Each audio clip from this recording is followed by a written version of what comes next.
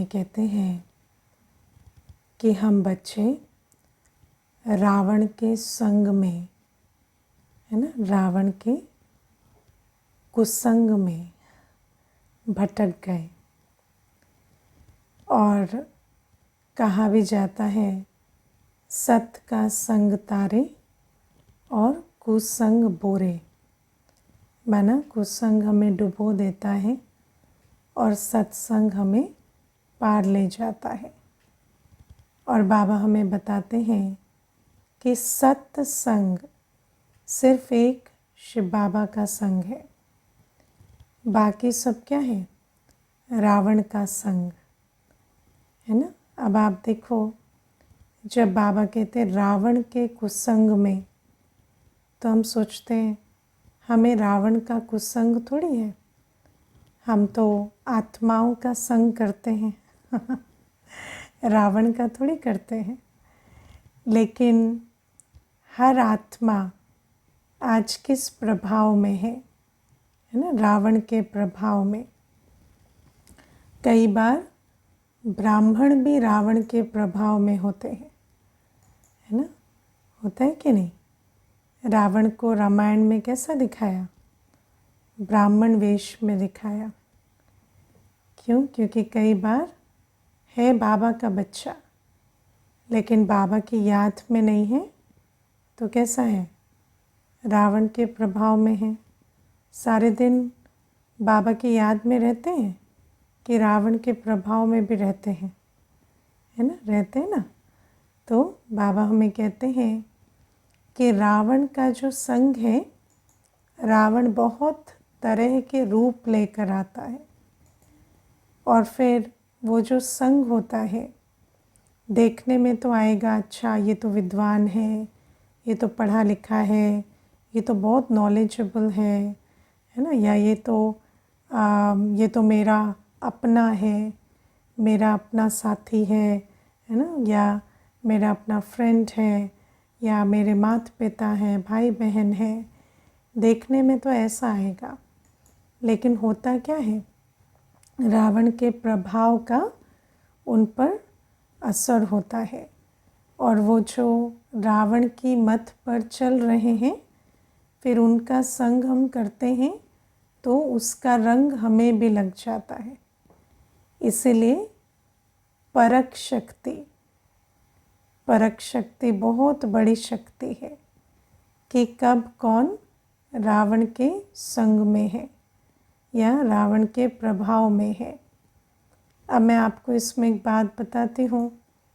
एक भाई, तो वो ना क्या करता कि वैसे पढ़ने, जो दुनिया में इंटेलेक्चुअल होते हैं ना, तो इंटेलेक्चुअल की तरह रहता। तो फिर ज्ञान में आए, ज्ञान भी सुन लिया, है ना, वैसे समझ भी आया, लेकिन फिर भी दुनिया की बातें पढ़ना, दुनिया की किताबें, दुनिया की फ़िलॉसफ़ी, फिर वो सारा मिक्स कर देना, इतनी बुरी तरह से उसकी खिचड़ी बना देना कि पता ही न चले कौन सी श्रीमत बताई, कौन सी बुक की बात कहाँ उन्होंने जैसे शामिल कर दी। तो इस प्रकार से वो चलते। अब क्या हुआ कि वो जिस समय किसी और फिलॉसफी के प्रभाव में होते, तो सेंटर पर दूसरे भाई बहनों को भी उस फिलॉसफी में डाल देते उनके साथ बातें करते, कहते ये वाला आइडिया मुझे तो बहुत अच्छा लगता है ना, या मुझे तो बाबा की ये बात थोड़ी ऐसी लगती है, लेकिन मुझे ये फ़िलॉसफ़ी बिल्कुल एक्यूरेट लगती है। ऐसे करके वो करते। उनके संग में 3-4 खराब हो गए, लेकिन वो चलते रहे ज्ञान में वो ज्ञान में चल रहे हैं, लेकिन बाकी 3-4 उनको देख देख के फा हो गए। तो अब क्या होता कि है तो ब्राह्मण आत्मा, लेकिन जब उन पर माया का प्रभाव होता है, तो वो दूसरे को जो मत देते हैं, उस मत से सामने वाले को इतनी परख शक्ति नहीं है, वो भटक जाता है, वो उस मार्ग पर चलने लगा। लेकिन ये जो है, ये थोड़ी देर बाद संभल जाते हैं, फिर उसके बाद नहीं, बाबा जो बात कहते हैं वो तो एक्यूरेट है, थोड़ी मुश्किल है लेकिन एक्यूरेट है, ऐसे कर कर के ये अपना चल रहे हैं, लेकिन 3-4 को लुढ़का दिया। तो इस प्रकार से चलता है। तो अब क्या है कि ये जो सत्संग और कुसंग की बात है, तो हमें समझना है कि कोई किसी भी वेश में है, लेकिन हमें परख शक्ति रखनी है कि जो बात हमें, और जब हम संग कहते हैं तो संग का जो सबसे बड़ा स्वरूप होता है वो होता है मत, है ना। जब हम किसी के संग में होते हैं तो ओपिनियंस, आइडियाज़ की शेयरिंग होती है। एक्सपीरियंस, ओपिनियन, आइडिया, है ना, एक दूसरे से शेयर करते हैं। कोई कहेगा मेरा अनुभव ये है, कोई कहेगा कि मेरा आइडिया ये है, कोई कहेगा मैं ऐसा समझता हूँ। तो वो जो ओपिनियन, आइडिया है, एक्सपीरियंस है, जैसे ही किसी के संग में आएंगे, 2 मिनट भी किसी के साथ फ़ोन पे भी बात करेंगे, है ना, तो सबसे पावरफुल मैकेनिज़्म क्या है? ये मुख। बाबा ने कहा ना, मैं आता हूँ तो मुझे मुख चाहिए, है ना। तो ये जो मुख है, इससे कुछ ना कुछ दूसरे को सुनाएंगे। अब वो जो दूसरा सुनने वाला है, उसके ऊपर उसका प्रभाव पड़ जाता है ना। और फिर वो जो आत्मा है, अगर उसको परख शक्ति नहीं है इतनी, तो फिर वो उसके प्रभाव में फिर धीरे धीरे वो भटकने लगते हैं। तो बाबा हमें इसलिए कहते हैं कि ये जो संग है, किसी से भी हम मिलते जुलते हैं, संबंध संपर्क में आते हैं, पढ़ते हैं, है ना, ऐसा नहीं कि सिर्फ बातचीत में, लेकिन जो हम पढ़ते हैं या देखते हैं, तो वो सारी चीज़ें, अगर आप कोई चीज़ भी, न्यूज़ भी देख रहे हैं मान लीजिए, या कोई डॉक्यूमेंट्री भी देख रहे हैं, और उसमें क्या है, वो भी एक आइडिया, एक फ़िलॉसफी से आ रही है। किसी भी चीज़ का जो बीज होता है वो एक मत होती है ना, जिसको बाबा कहते हैं रावण मत और श्री मत। तो रावण मत के आधार से जो भी चीज़ें बनी हुई हैं दुनिया में, उनको आप पढ़ते हैं, सुनते हैं, देखते हैं, तो उसका भी प्रभाव होता है। फिर हम किसी के संबंध संपर्क में आते हैं, वो कोई बात हमसे शेयर करते हैं, कोई अपनी समझ, कोई अपनी ओपिनियन, आइडिया हो, कोई अपना अनुभव हो, तो वो आपसे शेयर करते हैं, उसका भी हम पर प्रभाव पड़ता है। और रावण ने इस प्रकार से प्रभाव डालते डालते डालते 63 जन्म में हमारे को पूरा भटका दिया, है ना। क्योंकि देखो, सतयुग त्रेता युग में तो कोई शास्त्र नहीं थे, है ना, कोई फिलॉसफी नहीं थी, कुछ नहीं था। लेकिन जैसे द्वापर युग आया तो फिर वो सारी बातें होने लगी, है ना। और मनुष्य सुनने किससे जाते थे? सुनने जाते थे विद्वानों से, पंडितों से। तो फिर उन्होंने क्या बताया कि भगवान जो है वो सर्वव्यापी है, ठीक है। तो फिर उस आधार से मनुष्य ने भगवान को कहाँ ढूंढना शुरू कर दिया? इस दुनिया में, है ना, सर्वव्यापी समझकर। लेकिन बाबा कहाँ हैं? बाबा तो परम धाम में है ना, वहाँ तो बुद्धि गई ही नहीं कभी। कहते भी थे ऊपर वाला, लेकिन ऊपर क्या है, कहाँ है, कुछ पता नहीं।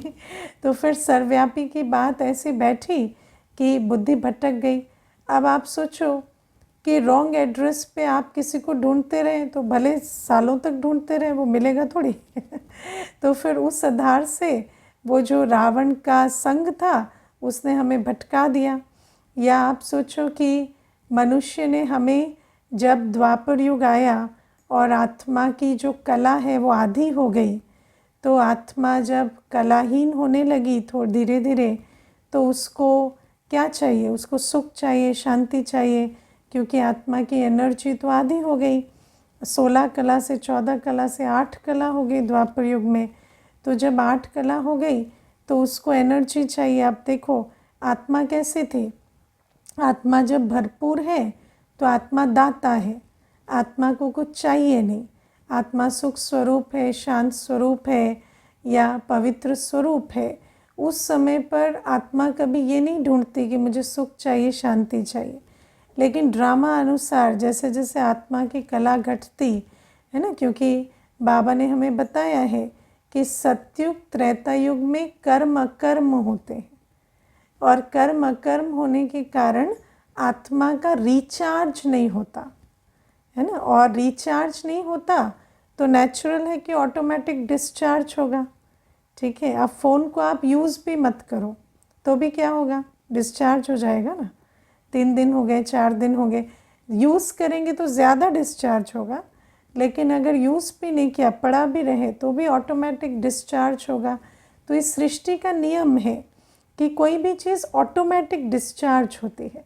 जैसे बाबा हमेशा कहते हैं नया मकान बनाया, अब नए मकान को आपको कुछ उसको डैमेज करना नहीं पड़ेगा, वो ऑटोमेटिक पुराना हो जाएगा 100 वर्ष में, है ना, खंडर हो जाएगा, क्योंकि संसार का नियम है, ऑटोमेटिक धीरे धीरे धीरे डिस्चार्ज होता।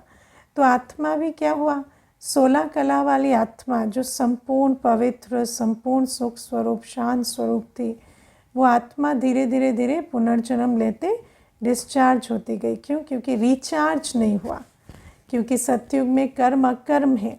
रिचार्ज किससे होगा? सुकर्म से। अभी रिचार्ज के लिए बाबा हमें क्या कहते हैं? बाबा को याद करो, है ना। अब सतयुग त्रेता युग में तो हमें बाबा का परिचय नहीं है ना, तो हम बाबा को याद तो नहीं करते, तो धीरे धीरे नेचुरल डिस्चार्ज होता है। जब वो हो जाता तो फिर द्वापर युग में आत्मा को चाहिए सुख, आत्मा को चाहिए शांति, आत्मा को चाहिए खुशी, है ना। तो फिर रावण मत शुरू होती है, रावण मत शुरू होती है। और रावण मत जो मनुष्य से शुरू होती है, पहले पहले जो शास्त्र लिखे जाते हैं, फिलॉसफीज़ लिखी जाती हैं, वहाँ पर वो बातें आती हैं कि अगर सुख शांति चाहिए तो क्या करो, भक्ति करो, है ना। या सुख शांति चाहिए तो किससे मिलेगी? मनुष्य से मिलेगी, विकारों से मिलेगी, ये सारी बातें शुरू हो जाती हैं। तो हमें क्या रास्ता बताया गया द्वापर युग से कि जो भी आपको चाहिए, चाहे वो सुख हो, शांति हो, आनंद हो, शक्ति हो, वो आपको मिलेगी काम क्रोध लोभ मोह अहंकार से। सही बात है ना, कि अगर का मनुष्य आत्मा पावरफुल या आनंद स्वरूप या सुख स्वरूप, शांत स्वरूप अनुभव करना चाहती है। अभी भी आप देखो, कई बार कहते हैं कि जैसे बच्चा छोटा होता है तो उसको क्या कहेंगे कि अभी तुम्हारे लाइफ में सिक्योरिटी नहीं है, लेकिन तुम 10th पास कर लो, 12th पास कर लो, फिर ग्रेजुएशन कर लो, फिर नौकरी कर लो, फिर पोस्ट ग्रेजुएशन, फिर है ना पोस्ट अपनी ऊंची कर लो तो सिक्योरिटी आ जाएगी। फिर उसमें भी नहीं आई तो शादी कर लो तो सिक्योरिटी आ जाएगी, फिर बच्चा कर लो तो सिक्योरिटी आ जाएगी, है ना। तो ये जो सिक्योरिटी के लिए हमें रास्ता क्या दिखाया गया? शादी कर लो, बच्चा कर लो, ये कर लो। तो या फिर आप देखो कि मनुष्य को ये भी बताया गया कि आपकी लाइफ का पर्पस कब होगा? जब आपके, है ना, बच्चे होंगे। अब बच्चों के लिए तो काम विकार ही तरीका है, तो काम विकार में पहले जाओ, फिर बच्चे होने चाहिए, फिर उसके बाद जो है आपकी लाइफ का एक पर्पस होगा। तो बाबा हमें ये बात समझाते हैं कि रावण ने हमें बताया कि जो भी आत्मा को चाहिए, क्योंकि आत्मा जब खाली हो जाती है तो ढूंढती है, और जब ढूंढती है तो हमें रास्ता किसका बताया गया? विकारों का। वस्तु व्यक्ति वैभव के द्वारा हमें सब कुछ मिलेगा, और भक्ति में भी कहा भगवान से मिलेगा, लेकिन भगवान का नाम रूप देश काल कुछ नहीं बताया। और भक्ति में भगवान से मिलने के भी जो रास्ते बताए, कीर्तन करते रहो, भजन करते रहो, है ना, इसी से भगवान मिलेंगे, तो वो भी क्या हुआ? वो भी भटकने का रास्ता हुआ। तो इस प्रकार से हम भटकते चले गए।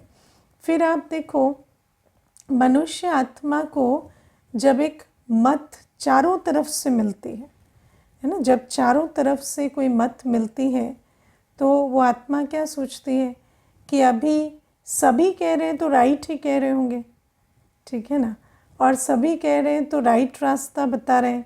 अब उसको, हर आत्मा को अनुभव भी होता है कि हम तो सब कुछ कर रहे हैं, पढ़ भी लिया, नौकरी भी कर ली, शादी भी कर ली, बच्चे भी कर लिए, पर जो सब कह रहे थे खुशी मिलेगी, शांति मिलेगी, सिक्योरिटी मिलेगी, मिली तो नहीं। फिर उसको लगता है अच्छा ठीक है, शायद मुझे इसलिए नहीं मिली, मैं ठीक से नहीं कर रहा हूँगा, है ना, थोड़ा सा और ठीक से करूँगा तो शायद मुझे मिल जाएगी। तो ऐसे करके ये रावण मत जो है ये चलती जाती है ना। फिर किसी को भी पूछो आपको सुख मिला, शांति मिली, तो बोलेंगे हाँ हम तो बड़े सुखी हैं। तो आपको लगता है अच्छा ये तो सुखी है, ये वही कर रहे हैं, तो शायद हम ही कुछ गलत कर रहे हैं इसीलिए नहीं हो रहा, तो इनको तो उस मार्ग से मिल रहा है। लेकिन वास्तव में सब क्या कर रहे हैं, झूठ बोल रहे हैं। सब झूठ बोल रहे हैं। मुझे याद है एक बार एक माता आई, तो उसका बेटा ज्ञान में चलता, तो उस माता को कोई परिचय नहीं था बाबा का। तो माता आई थी तो मुझे कहती कि मेरा बेटा तो यहाँ फंस गया और ये शादी नहीं करेगा, ये कहता है कि अभी ब्रह्मा कुमार बनेगा। तो मैंने कहा अच्छा ठीक है, आप पहले तो भोग खाओ, है ना। फिर उनको बिठाया आराम से, फिर थोड़ा शांति में बैठी, उसके बाद भोग वोग स्वीकार करने के बाद मैंने उनको पूछा कि आपने शादी कब की। तो कहती मेरी शादी को तो 25 साल हो गए। तो मैंने कहा आप खुश हैं। तो माता जो थी अच्छी माता थी, तो मुझे कहती नहीं। तो मैंने कहा कि फिर इसके पीछे क्यों पड़े हो। ये तो जिस चीज़ के लिए आपने शादी की बच्चे के, वो तो हुआ नहीं ना, फिर आप उसके पीछे क्यों पड़े हो। फिर कहती कि नहीं पर ऐसे जीवन कैसे कटेगा। मैंने कहा आपका जब बिना सुख शांति के भी कट ही रहा है तो इसका भी कट ही जाएगा। क्यों चिंता कर रहे हो। तो फिर कहती है पर देखिए ना दीदी, सब एक ही चीज़ करते हैं, अब कोई नई चीज़ करता है तो उसमें डर लगता है ना। तो कम से कम, है ना, दुनिया में कहते हैं ना known devil is better than unknown devil, है ना। जो मुसीबत का पता है उसका तो पता है, अब जिसका पता नहीं उसका पता नहीं, तो फिर डर लगता है। तो मैंने कहा बस इतनी प्रॉब्लम है ना कि ये नया रास्ता है, बाकी ऐसा तो नहीं है कि आपके रास्ते में आपको कुछ ऐसा मिल गया है जिससे वंचित रह जाएगा। तो अब आप देखो कि वो माता भी एग्री कर गई, वो भी ड्रामा प्रमाण, नहीं तो वो मुझे कह दे हाँ हाँ हम तो बहुत सुखी और शांत हैं। तो उसके बाद तो कुछ कहने को नहीं रहता।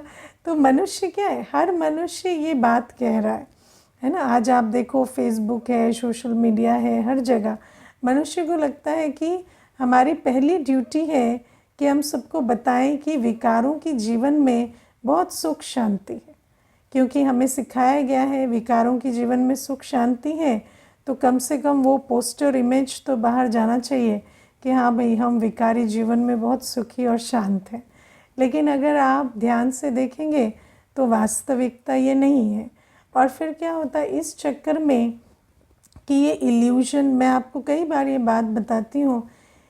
एक बहन एक बार आई सेंटर पर, तो मुझे कहती कि मेरे यो हस्बैंड के साथ तो मेरा डिवोर्स का चल रहा है। तो मैंने कहा ठीक है, फिर ज्ञान उसको सुनाया। फिर उसके बाद उसने मुझे फेसबुक पे ऐड किया, तो मैंने देखा हस्बैंड के साथ अच्छी, मतलब आइडियल फैमिली की इमेज, है ना, पिक्चर कल की, परसों की, नरसों की सारी पोस्ट की हुई है।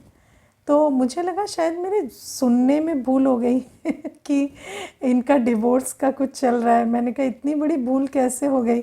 तो अगले दिन वो आई तो मैंने कहा कि आपने मुझे यही कहा ना कल कि आपके युगल के साथ आपका डिवोर्स प्रोसीडिंग चल रही है। तो मुझे कहती हाँ। तो मैंने कहा पर आपके फेसबुक में तो कल के भी पिक्चर्स हैं। तो वो मुझे कहते हाँ हाँ वो दीदी एक्चुअली क्या है ना, किसी को बताया नहीं है, तो हम हफ्ते में एक दिन मिलते हैं और खूब सारे फ़ोटोज़ खींच लेते हैं और फिर उसको डालते रहते हैं सब सोशल मीडिया पे, ताकि किसी को ऐसा ना लगे कि इनके लाइफ में कोई प्रॉब्लम है। तो मैंने उनको कहा कि पर इससे फ़ायदा क्या होता है, अल्टीमेटली तो सबको पता चलेगा। तो कहती हाँ पर दीदी क्या है ना कि ऑलरेडी रिश्ता टूटने का बहुत अभी ट्रॉमा है, फिर वो जो दुनिया को पता चलता है तो वो जो बातें हैं वो हैंडल करने में बहुत मुश्किल होती है। तो अभी थोड़ा फेज़ वाइज करेंगे। तो मैंने कहा ठीक है, जैसा आपको ठीक लगे। तो अब आप सोचो कि मनुष्य क्या है, हर एक ये दिखा रहा है कि विकारों में सुख है। जो धन के पीछे भाग रहा है वो ये इमेज दे रहा है कि भाई धन ही सब कुछ है। जो संबंध के पीछे भाग रहा है वो कहता है मनुष्य, एक मनुष्य मिल जाए बस तुम्हारी जीवन सफल हो जाएगी। लेकिन वास्तविकता ये नहीं है। और सारे मनुष्य जब ये विकारों का रास्ता जब अपनाते जाते हैं तो धीरे धीरे धीरे विकार क्या बन जाता है, एक संस्कार बन जाता है ना। विकार एक संस्कार बन जाता है। और फिर जब विकार संस्कार बन जाता है, क्योंकि 63 जन्म से हमने सिर्फ विकार और भटकना भक्ति में, इन्हीं दो बातों से समझा कि आत्मा को सर्व प्राप्तियां होंगी। और हालांकि किसी को कोई प्राप्ति हुई नहीं, सब गिरते चले आए, लेकिन फिर भी क्योंकि हर एक ने बार बार कहा तो हम और विकारों की कोशिश करते गए, है ना। कि आप सोचो कि काम की मत कैसी है कि लगता है कि शादी हो जाएगी, विकारी जीवन हो जाएगी तो फिर सुख मिल जाएगा। फिर मनुष्य सोचता है कि अच्छा मेरे जीवन में तो सुख नहीं मिला, तो शायद मैं इतना अट्रैक्टिव नहीं हूँ ना, इसीलिए इतना सुख नहीं मिला। तो फिर वो और उसकी भी कोशिश करता है, मैं फिज़िकली अट्रैक्टिव बनूँ, ये बनूँ, वो बनूँ, ड्रेसअप करूँ, है ना, अपना सोशल स्टेटस इम्प्रूव करूँ ताकि मेरी जो कामी जीवन है उससे मुझे सुख मिले। और इस प्रकार से एक विकार के चक्कर में सारे विकार जैसे आत्मा के अंदर पक्के होते जाते हैं। और धीरे धीरे विकारों का पक्का संस्कार आत्मा के अंदर बन जाता है। और जब संस्कार बन जाता है तो वो संस्कार हमारी वृत्ति दृष्टि का आधार बन जाता है ना। फिर आज हमारी दृष्टि कैसी हो गई, आज हमारी दृष्टि विकारी हो गई, आज हमारी वृत्ति विकारी हो गई। दुनिया तो विकारी है, लेकिन दुनिया हमारी प्रॉब्लम नहीं है। हमारी प्रॉब्लम है कि हमारे अंदर का संस्कार विकारी होने के कारण हमारी अपनी दृष्टि वृत्ति बहुत विकारी है। और जब हमारी दृष्टि वृत्ति इतनी विकारी होती है तो विकारों में तो दुख समाया है, तो हर कदम पर हमें सिर्फ और सिर्फ दुख का अनुभव हो रहा है। लेकिन उसका कारण क्या है, अपनी विकारी दृष्टि वृत्ति, है ना। और फिर बाबा आकर हमें समझाते हैं कि तुम्हें नज़ारे नहीं बदलने, नज़र बदलने ना, तुम्हें नज़र बदलने। और अगर हम नज़र नहीं बदलते तो हमें ऐसा लगता है कि नहीं, जो भी हम कर रहे हैं वो कर्म एक्यूरेट है, क्योंकि वो जो सीन है या वो जो बिहेवियर है वो उसकी डिमांड है। और जैसी हमारी दृष्टि होगी वैसे ही हमारी कृति होगी, है ना। स्मृति, वृत्ति, दृष्टि, कृति। तो जैसा हम देखते हैं वैसा हम रिस्पॉन्ड करते हैं, हमारी तरफ से वो कर्म जाता है। और जैसी हमारी दृष्टि वैसा हमारा कर्म, तो उधर से भी वो जो रिस्पॉन्स है वो उस आधार से आता है। फिर हम कहते हैं कि अच्छा अगर मेरी दृष्टि में प्रॉब्लम थी तो उधर से वही बात क्यों आई। वो बात इसलिए आई क्योंकि दृष्टि के हिसाब से आपने कर्म किया, तो उधर से भी वो रिस्पॉन्स आया, है ना। मैं आपको बहुत छोटा सा एक एग्जाम्पल देती हूँ। अभी एक बहन मुझे सुना रही थी कि वो कहीं एक ऑफिस में एक टेम्पररी जॉब करती है ना, और उस ऑफिस में एक बहुत बड़ा ऑफिसर है। और वो जो ऑफिसर है वो कहती कि उसने मुझे, है ना, मुझे जैसे उसने मेरे में इंटरेस्ट दिखाया और वो मुझे अप्रोच किए और फिर हम रिलेशनशिप में आए, ठीक है। और अभी रिलेशनशिप चल रहा है, हो गए 1-1.5 वर्ष।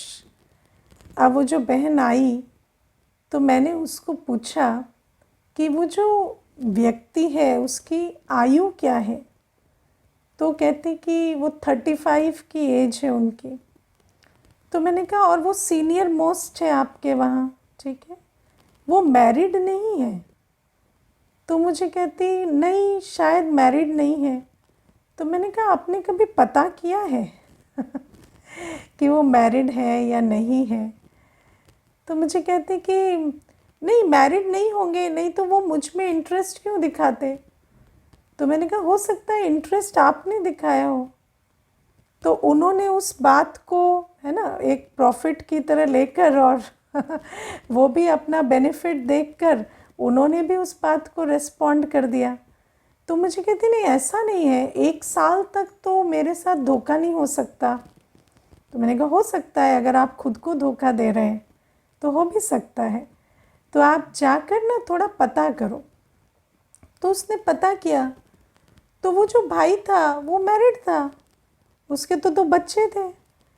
और फिर जब उसको पता चला तो उसने बहुत उसको जब बातें सुनाई और जो भी वहाँ पर हंगामा हुआ, तो जब हंगामा हुआ तो वो कहते हैं कि मैंने तो कुछ भी नहीं किया, तुम ही आती थी बात करती थी, तो मुझे लगा कि ठीक है तुम शायद इस तरह के रिलेशनशिप में इंटरेस्टेड हो।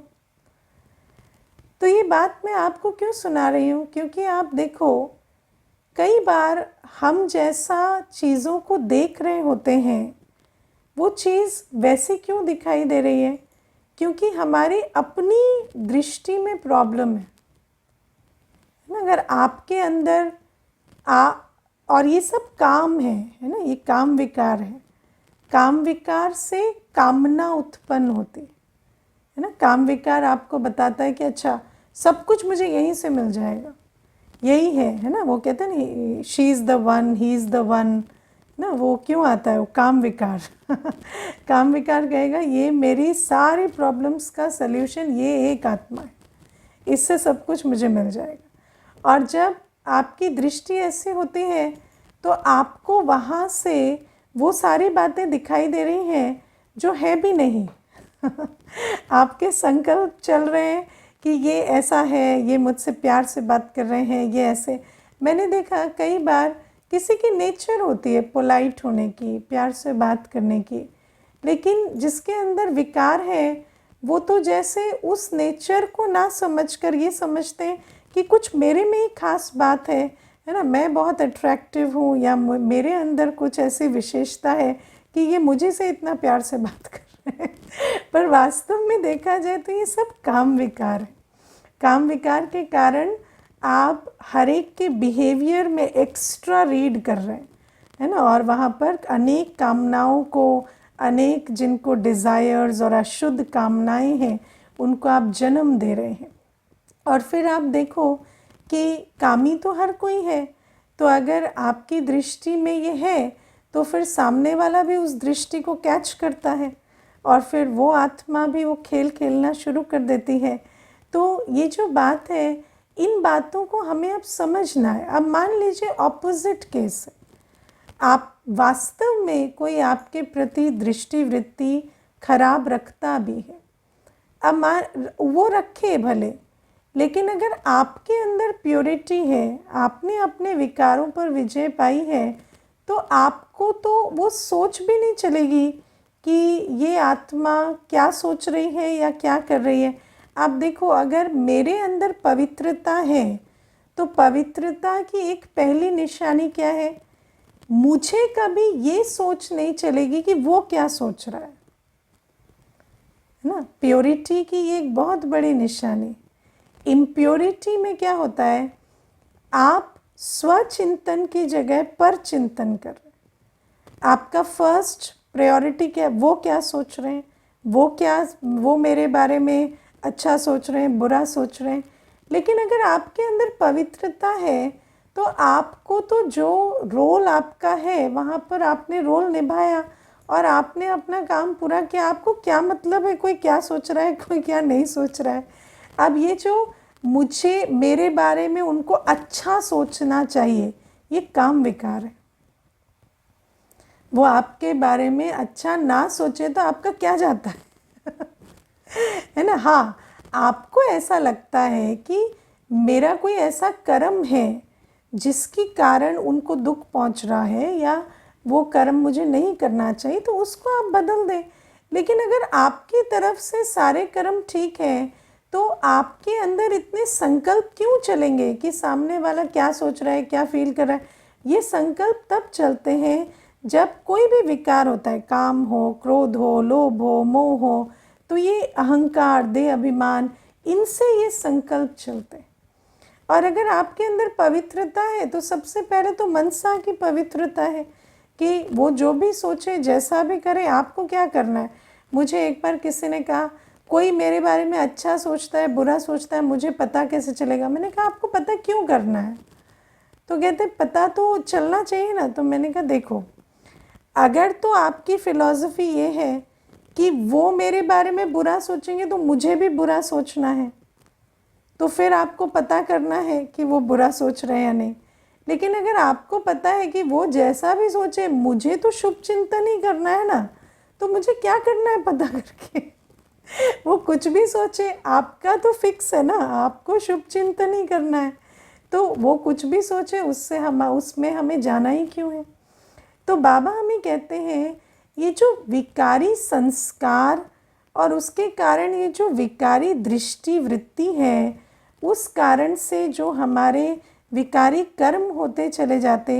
अब हम हमेशा कहेंगे नहीं मैंने ऐसा नहीं किया, उन्होंने किया तो मैंने किया। लेकिन उन्होंने किया तो भी आपने उसको इंटरप्रेट कैसे किया, क्योंकि आपकी बुद्धि भी वैसी है ना जैसी उनकी है। मैथ्स, एक मैथमेटिशियन बोर्ड पे एक इक्वेशन लिख रहा है, उसको आप समझेंगे कैसे जब आपकी बुद्धि में भी मैथ्स होगा ना। अगर विकारी मनुष्य का कर्म आपको समझ में आ रहा है तो आपकी बुद्धि में भी विकार है ना, तभी तो समझ में आ रहा है, नहीं तो आपको क्यों समझना है। तो ये जो बात है, और बाबा कहते हैं सेफ्टी सिक्योरिटी तो अपनी मर्यादा से है।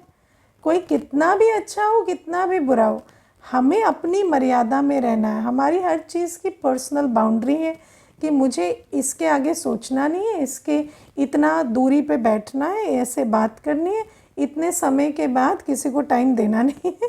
तो आप अपनी मर्यादा में रहो, आपको क्यों जज करना है सामने वाला क्या है। मैं आपको फिर आज बाबा हमें कहते हैं देखो अहंकार कैसा होता है। काम विकार की भी क्रिमिनल दृष्टि बाबा ने बताई। फिर बाबा ने कहा हर विकार जो है वो दृष्टि को प्रभावित करता है।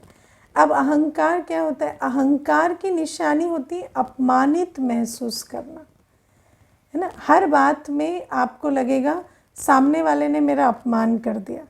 अब सामने वाले ने अपमान कर दिया, वो फीलिंग क्यों आती है, देह अभिमान की वजह से। देह अभिमान की निशानी है अपमानित महसूस करना। मैं एक माता थी तो उसकी थोड़ी है ना स्टैमरिंग होती थी, तो हर बात में कहेगी वो जो है ना वो मेरी स्टैमरिंग की वजह से मुझे कमेंट मारते हैं, या वो मुझे मेरे साफ मैं बोल नहीं पाती इसलिए वो मुझे अच्छे से ट्रीट नहीं करते या ऐसे नहीं करते। तो मैं हमेशा उनको कहती थी आप स्वमान में रहो ना, वो आपको कैसा ट्रीट करते हैं, क्या करते हैं, आपको क्या करना है। अगर स्टैमरिंग है तो है, वो आपकी जो इस जन्म का पार्ट है, तो उसको आप तो डिग्निटी से देखो। हर बात में अपमानित महसूस करना। फिर धीरे धीरे क्या हुआ, धीरे धीरे उसको निमित्त की बात में भी अनुभव होने लगा कि ये मेरा इस बात में अपमान कर रहे हैं, उस बात में अपमान कर रहे हैं। क्योंकि अगर बार बार वो संस्कार बनाएंगे, आज बाबा ने क्या कहा, साकार ब्रह्मा बाबा को भी कह देते कि आपने हमारी इज्जत खराब कर दी। है ना, ये बात आपने बड़ी क्लास में कह दी, हमारी इज्जत खराब कर दी।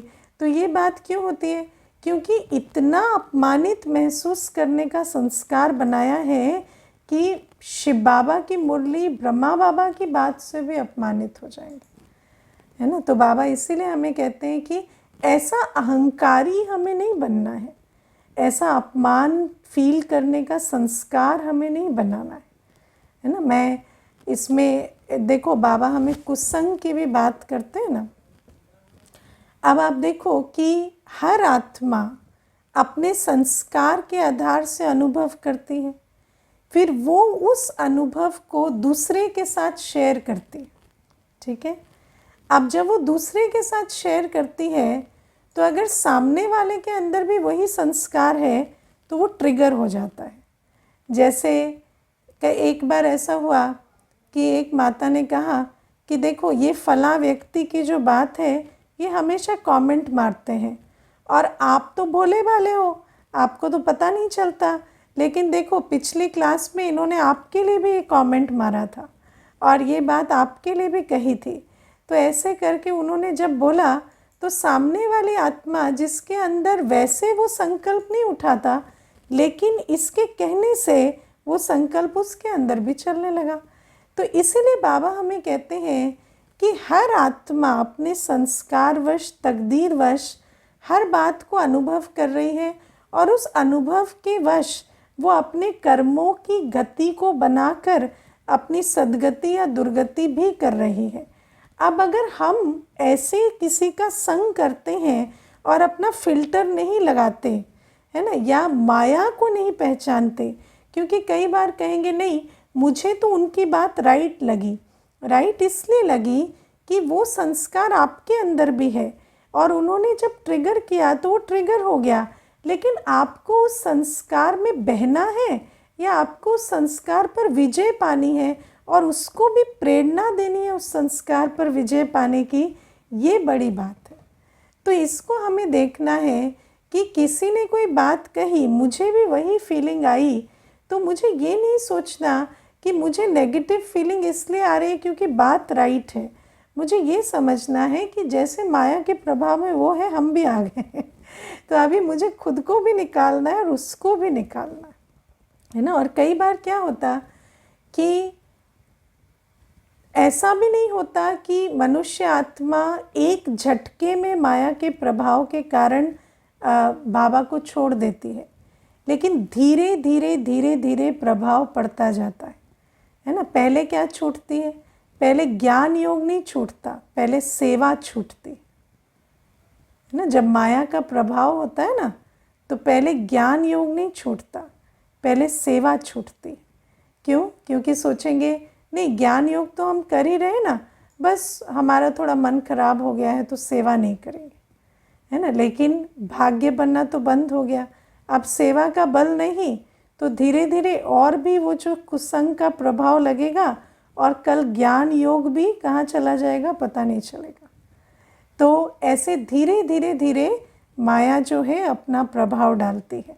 तो इस कुसंग से बहुत बच कर रहना, क्योंकि आत्माओं के पतित संस्कारों के कारण वो तो अपनी दुर्गति कर ही रहे हैं और उनके प्रभाव में आकर हम भी अपनी दुर्गति करें तो बाबा कहेंगे, अंत में क्या कहेंगे बाबा, मैंने तो तुम्हें वार्निंग दी थी, इतने तारीख की मुरली सुनी थी, मंथन सुना था, ठीक से समझाया गया था, फिर भी तुम तो समझे नहीं ना।